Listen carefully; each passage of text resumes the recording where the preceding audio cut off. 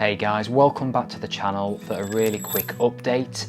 Things are going to be changing with this YouTube channel going forward, so I want to explain that to you. Also, what the race calendar looks like, because that's been switched up a little bit, and some of the other plans I've mentioned to you that are going to be cancelled or adjusted. So let's begin with the channel. As you all know, I've been struggling quite a bit with stress, just having way too much on my plate. I work from 6 until 5:30 at night. That's a lot of hours. I try and get about 8 hours worth of training in there as well per week, and as you can imagine, I get exhausted very quickly. So trying to do weekly uploads every single week just is not working for me personally, to have the pressure of that. And not only that, but the content sometimes feels a little bit forced, like I'm trying to come up with a subject just to give you guys something to watch, which I think is kind of besides the point of doing it. It's going to dilute the quality of the content that's coming onto the channel. So going forwards, I'm not going to be doing strict weekly updates. When there's a race, it's going to be an in-depth documentary style video. So you're going to get to see some of my training, the race day experience itself, as well as some of the Insta360 footage from the race itself. I'm hoping that's going to mean I can put more energy and effort into these videos. But what that does mean is we're going to be knocking on the head the random training updates. I will give you some training updates sometimes, but they'll probably be more a collaboration of some weeks, some sessions pulled together. So it may not be weekly updates now, it may be more like bi-weekly, or in worst case scenario, maybe one every 3 weeks. One thing I won't be knocking on the head though is the first impressions videos and the product reviews, because I do think you guys seem to like those and get quite a bit from them, so I'll be keeping them around. A quick update on the injury front. The calf is doing well now. I've had no issues for the last 3 weeks, I think, so delighted with that.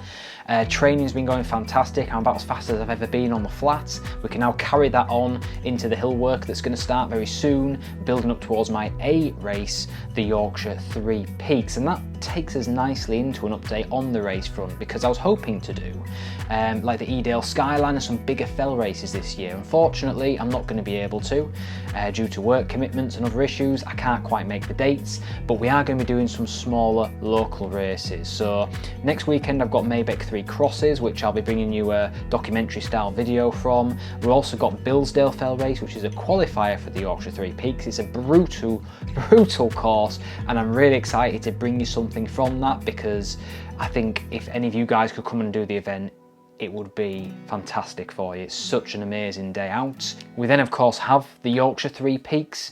I'd love to get as close to 3 hours 30 as I can for that, but it all depends on the weather and how the day goes itself. And after my A-Go race, I'm going on holiday to Menorca. It's a beautiful island, and it's fairly flattish to be fair, considering, because places like Gran Canaria and La Palma, they're much more hillier. But what I like about it is it's got lots of nice secluded alcoves, and you can actually do an ultra marathon. It's about 160k around the circumference of the island. So I'm going to be bringing you some training videos from that trip, so you guys can see what it's like over there.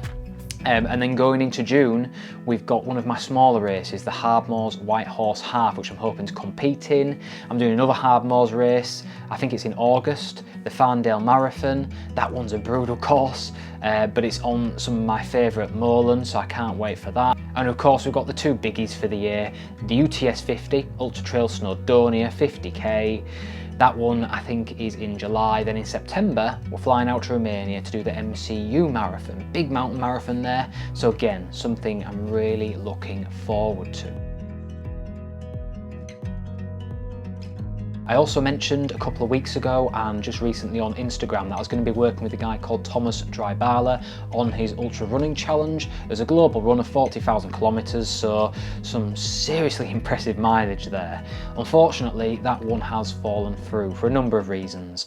The main one is the dates have changed, that the camps were going to be on that I should have been going to, and I won't be able to make them now, but also the dates moving and some other communications changing too much kind of made me lose a bit of confidence in how the whole thing's been organised, more so in what I'm saying to you guys than it actually coming off.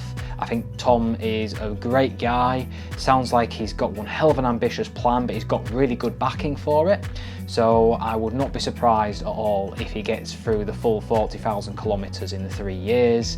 I just didn't want to be talking to you guys about something when I'm getting different details myself, and then I could be coming across as misleading. So we've backed away from that one. But what it does mean is I'll have more time to focus on the race day documentaries, and maybe get a few of those training updates in there just as and when I can, as well as the first impressions and the reviews we spoke about.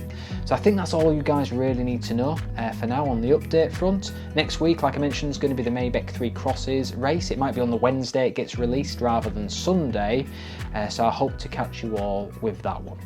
Take care guys, and I'll see you later.